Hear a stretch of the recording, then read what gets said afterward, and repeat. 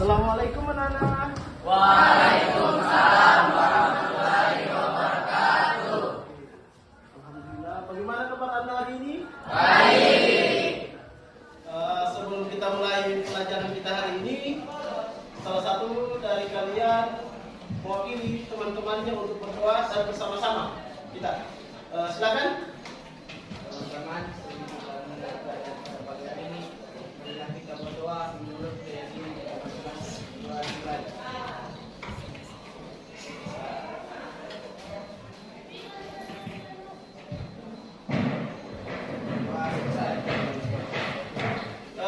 Siapa yang tidak hadir hari ini? Alhamdulillah hadir semua. Oke, sebelum Bapak mulai pelajaran berikutnya, Bapak review nih pelajaran kita kemarin, yaitu tentang keanekaragaman hayati. Siapa yang bisa mendengar keanekaragaman hayati kemarin? Oke, silakan. Gen, spesies, dan ekosistem. Ya, itu pembagian ya. Pembagian jenis dari keanekaragaman hayati dimulai dari gen, jenis atau spesies, dan ekosistem. Gennya berhubungan dengan keturunan, spesies berhubungan dengan ciri, dan ekosistem berhubungan dengan lingkungan. Tepuk tangan untuk temanmu. Oke. Kita akan lihat apa yang akan menjadi topik kita hari ini. Pernah merasakan sakit? Pernah. Contohnya apa? Flu. Apa lagi selain flu? Demam, bersin, atau batuk. Nah, kalau menurut Anda apa nih penyebabnya? Virus. Virus. Apa lagi selain virus? Oke, itu kadar udara. Ada lagi? Oke, debu. Maka hari ini kita akan belajar tentang virus. Nah, yang akan menjadi tujuan pembelajaran kita hari ini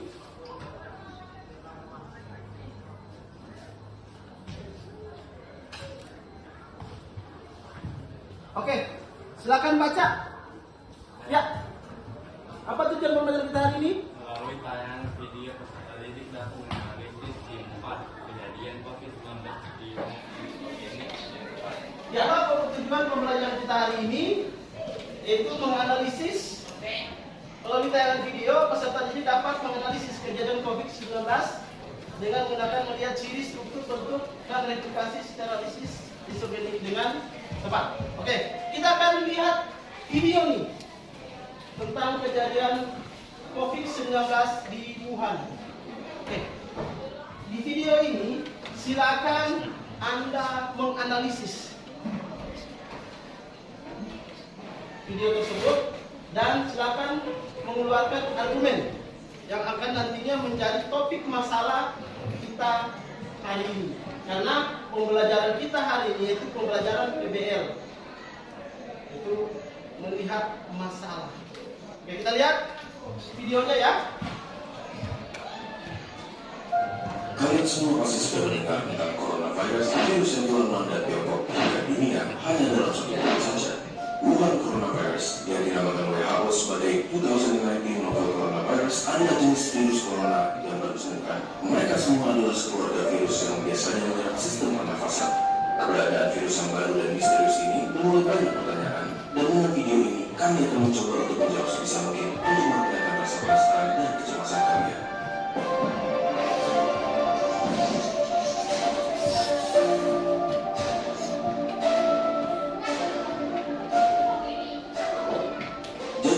Apa sebenarnya yang dimaksud dengan sebutan 2019 novel coronavirus? Yang dimaksud dengan virus novel adalah virus yang tidak pernah diidentifikasi sebelumnya. Oleh karena itu, informasi mengenai virus ini masih sangat terbatas. Virus ini pertama diidentifikasi di kota Wuhan, Tiongkok pada Desember 2019 dan dicurigai dimulai dari sejenis kelelawar Chinese Rufous Horseshoe Bat yang dijual di sebuah pasar seafood dan binatang hidup yang besar. Selain dapat berpindah dari binatang ke manusia, dapat juga ditular manusia ke manusia. Hingga saat penulisan kami pada 29 Januari 2020 adalah diskusi yang baik dan teratur. Sampai jumpa di video berikutnya dan tetap jaga keamanan kami. Stay safe teman-teman.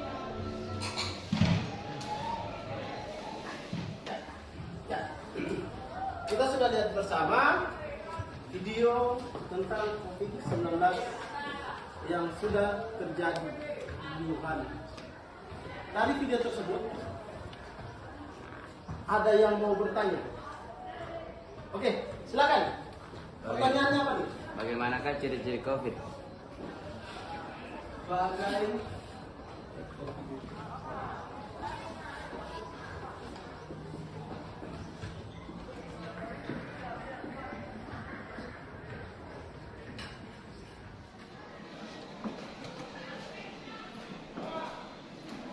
Ada lagi?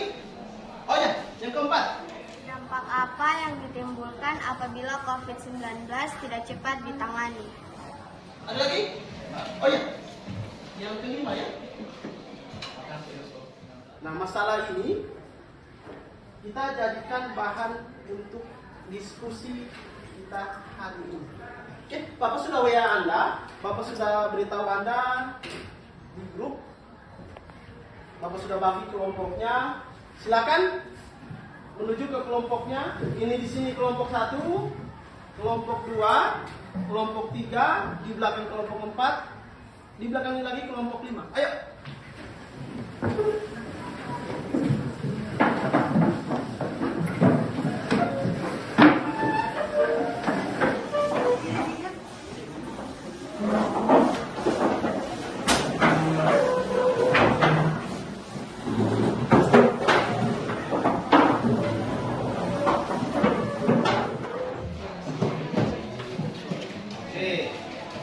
Perhatikan Bapak dulu.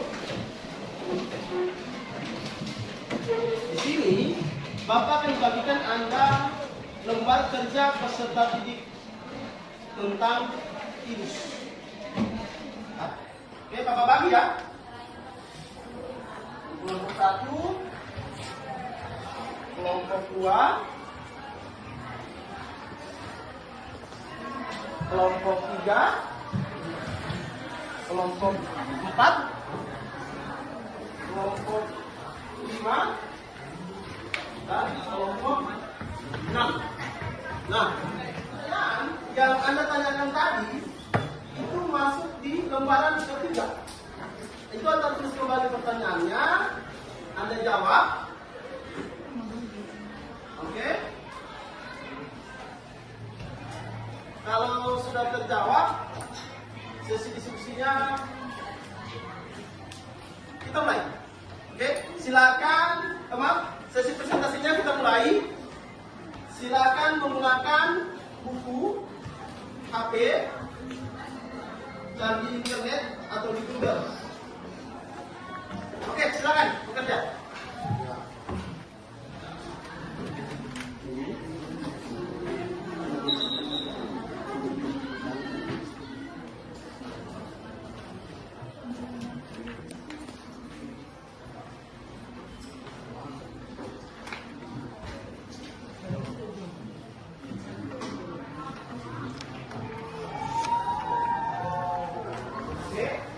Sekarang sudah setengah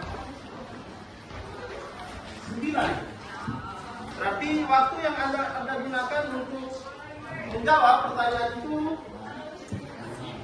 kita kasih waktu Anda 30 menit menjawab itu. Setelah itu kita akan masuk di presentasi.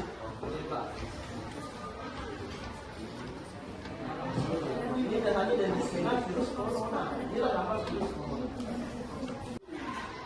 Nah, ini ingat materi yang Bapak kasih, ini ada, ya kan?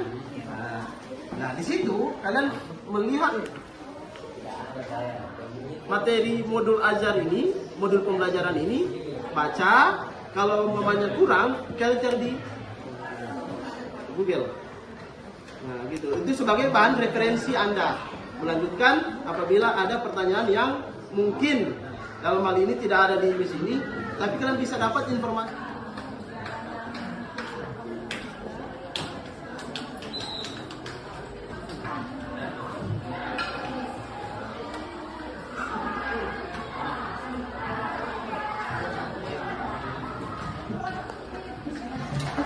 kedua, jangan lupa menulis nama kelompoknya ya. Nama-namanya di situ ya.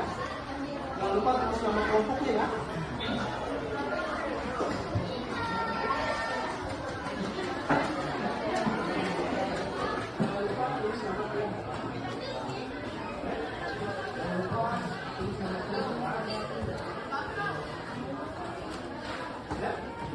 Empat lima kelompok kelima, jangan lupa tulis nama kelompoknya ya.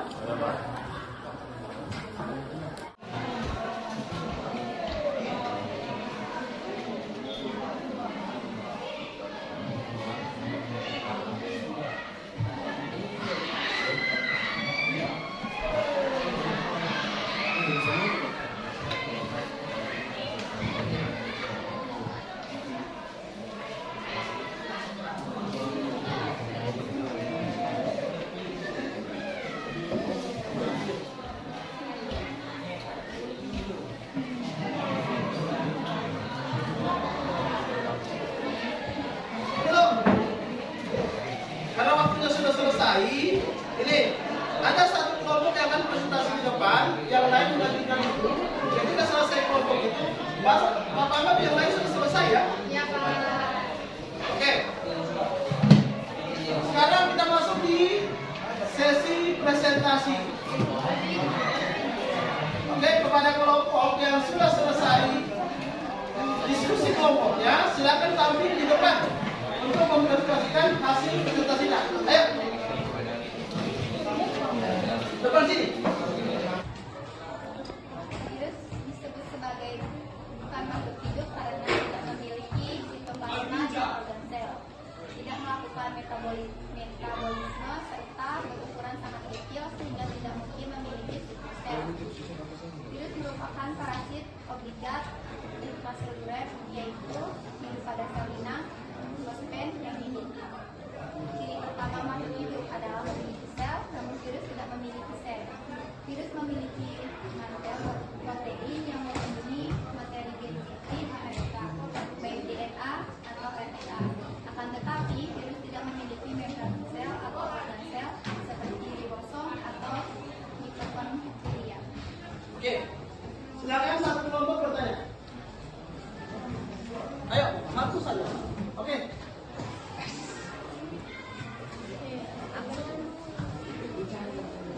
Apakah virus bakteriofag menyebabkan penyakit pada manusia?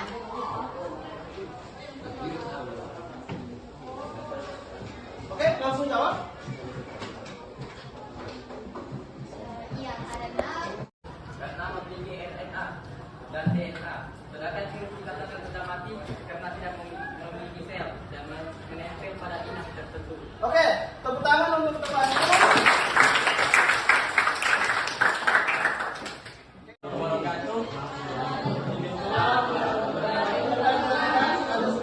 Kami dari kelompok 2 akan mempresentasikan hasil pekerjaan kami.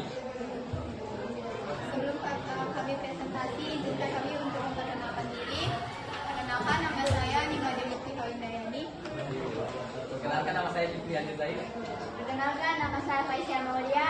Perkenalkan, nama saya Faisyah Aulia Ramadhani. Perkenalkan, nama saya Abdul Razak. Oke, silakan. Berdasarkan gambar di atas, bagaimana ukuran virus dibandingkan objek pengamatan lainnya? Alat bantu apa yang bisa digunakan untuk melihat virus? Ukuran virus sangat kecil, yakni sekitar 10 sampai 300 milimikron. Virus terkecil memiliki diameter hanya 20 nanometer, lebih kecil dari ribosom. Alat yang digunakan untuk melihat virus yaitu mikroskop. Sekaligus hendak hidup. Hanya dapat bereproduksi di dalam sel inang. Parasit obligat. Kristal Kita menuju kelompok. Ada yang siap tampil?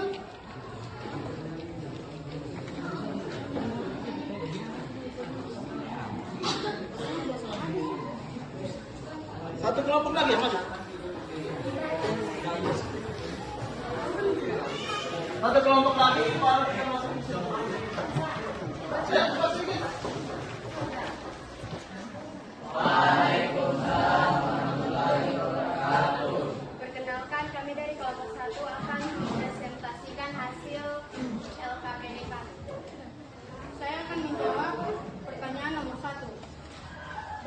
berdasarkan gambar di atas, bagaimana ukuran virus dibanding objek pengamatan lainnya?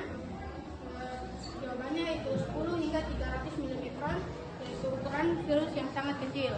Dan alat bantu apa yang bisa digunakan untuk melihat virus? Yaitu dengan alat mikroskop. Saya akan menjawab pertanyaan nomor 2. Berdasarkan gambar di atas, bagaimana bentuk virus?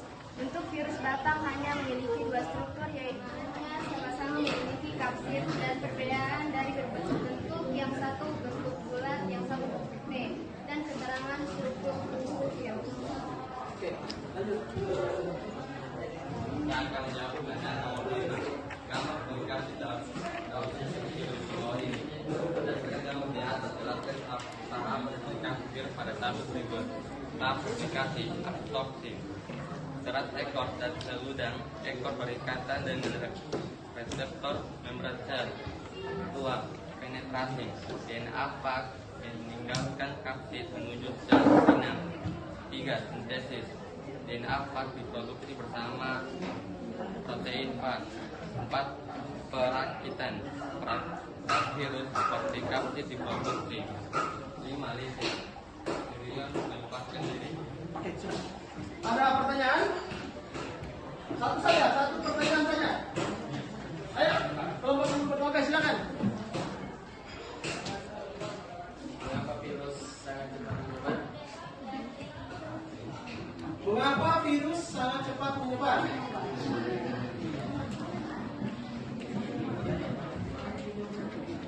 Apa yang pertama? Melalui apa biasa cepat virus menyebar? Kalau versi Anda? Melalui droplet. Droplet adalah cairan percikan air yang keluar dari saluran pernapasan. Kedua, melalui kontak fisik. Ketiga, melalui permukaan yang terkontaminasi. Keempat, ruangan dengan ventilasi buruk. Dan kelima, di tempat ramai. Oke, tepuk tangan kamu. Oke, silakan dulu. Kelompok 1. Oke, dari semua presentasi kemarin, kita bisa tahu ternyata kecepatan virus dalam penyebarannya itu melalui pernapasan, melalui kontak berbicara, melalui jembatannya adalah udara.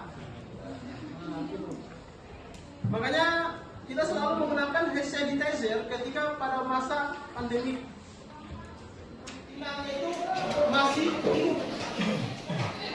Juga tentang cepat. Makanya kalau pada masa itu kita pakai masker, kita pakai hand sanitizer ketika bersentuhan dan manapun, dia di benda mati ketika dipegang oleh seseorang benda mati tersebut, di situ ada virus, maka dia akan terkontak dengan kita karena kita sel hidup.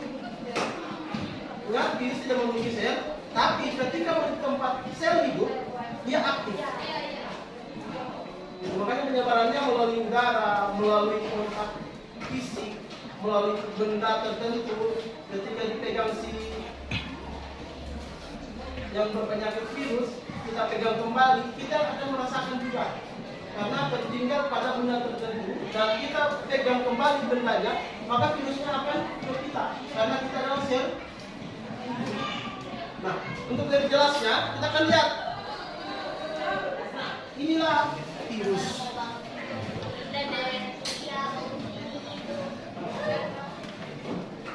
Ini adalah sejarah penemuan virus oleh Mayer dengan percobaan pada tembakau.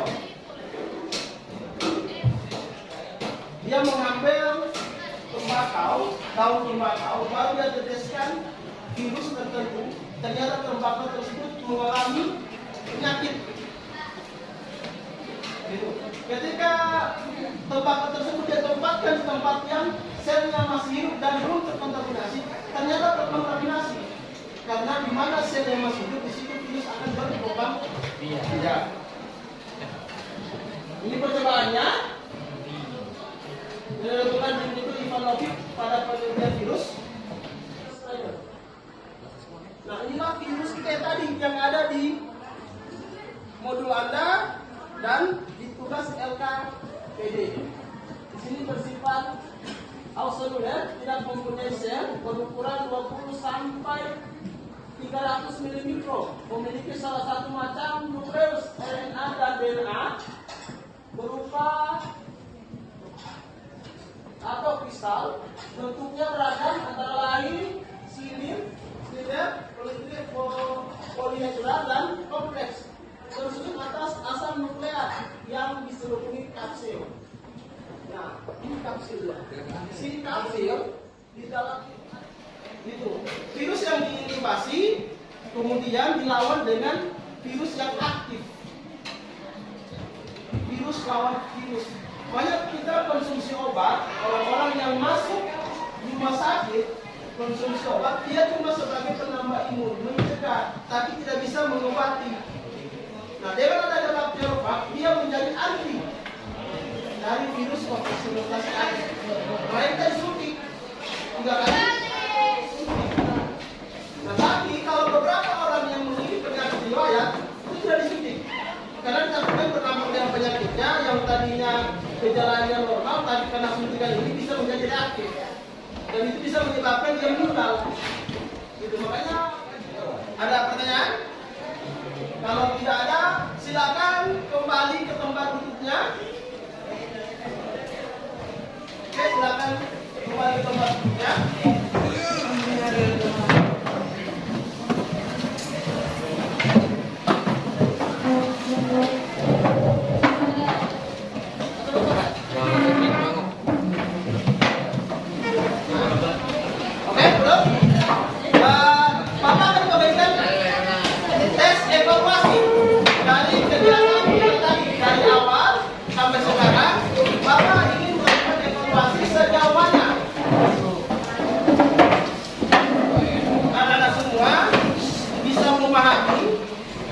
Tentang materi virus. Oke.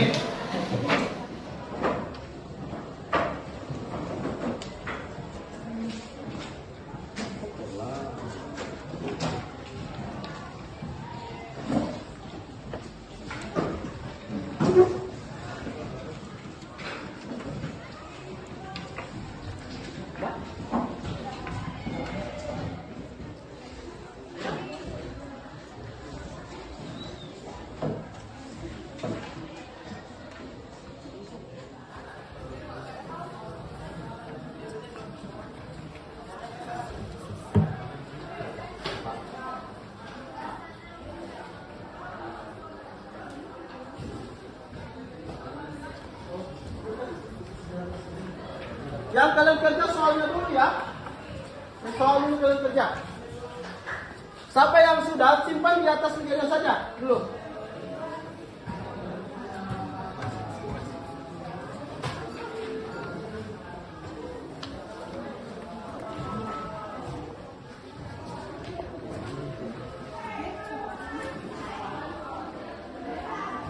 Sudah?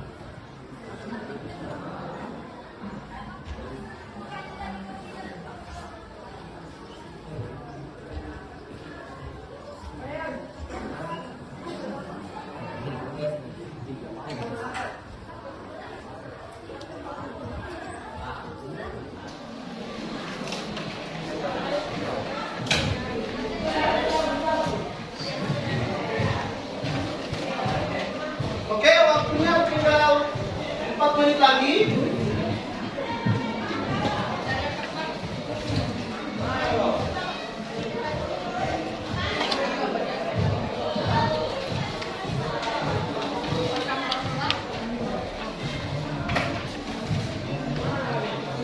Apa yang kita pelajari hari ini? Karena kita jawab soal itu dari materi yang kalau sudah presentasikan tadi.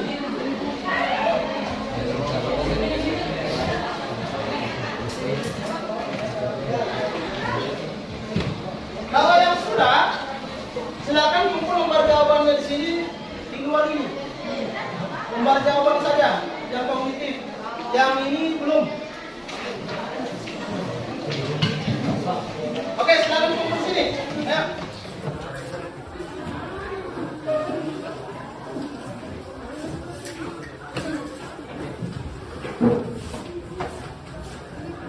Di lembaran berikutnya yang Bapak kirim bersama soal tadi ada refleksi. Seperti ini, coba lihat, Anda punya refleksi. Oke. Refleksi di sini peserta didik, contohnya apabila saya memahami semua materi ciri struktur dan bentuk tubuh virus. Kalau Anda pahami, Lois contreng warna kuning yang senyum. Nah kemudian saya memahami sebagian materi struktur dan bentuk. Nah yang ketiga, saya tidak memahami materi ciri-ciri struktur dan bentuk tubuh virus. Nah, tidak tahu, sebagian kecil saja dia tahu, sebagian besar dia tidak tahu. Maka di sini contreng yang wajah strong. Oke, silakan contreng di atasnya. Contrenglah itu, dan dibuktikan dengan soal kognitif Anda tadi dalam pemahaman materi virus. Ini bahan refleksi gunanya untuk sejauh mana Anda Bapak ukur kemampuannya dalam materi virus dengan dibuktikan soal tadi. Ayo contohnya. Oke, kumpul.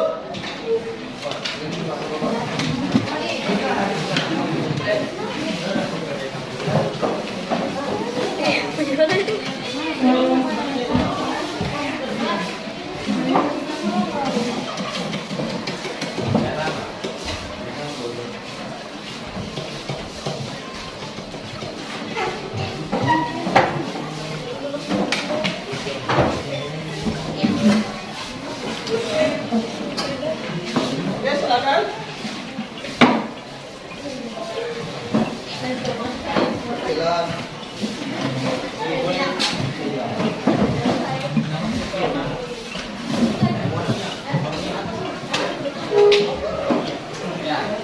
Oke, silakan duduk.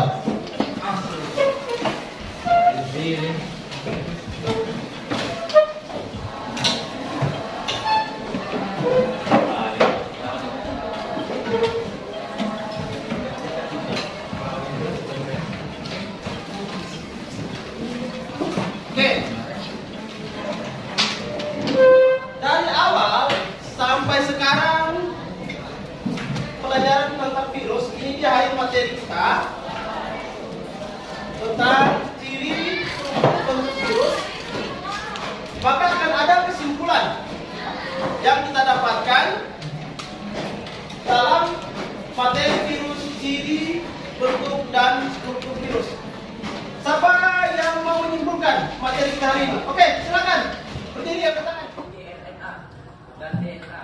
Sedangkan virus dikatakan sudah mati karena tidak memiliki sel dan menempel pada inang tertentu. Oke, tepuk tangan untuk teman. Kita hari ini kita lanjut nanti materi berikutnya di minggu depan. Lanjutan masih tentang virus, yaitu peranan dan pencegahan infeksi terhadap virus. Kita lanjutkan minggu depan di hari Senin. Ya, di hari Senin kita ketemu lagi dengan materi lanjutan virus, yaitu peranan dan pencegahan virus. Oke, demikianlah pelajaran kita hari ini. Bapak ini, wassalamualaikum warahmatullahi wabarakatuh. Waalaikumsalam.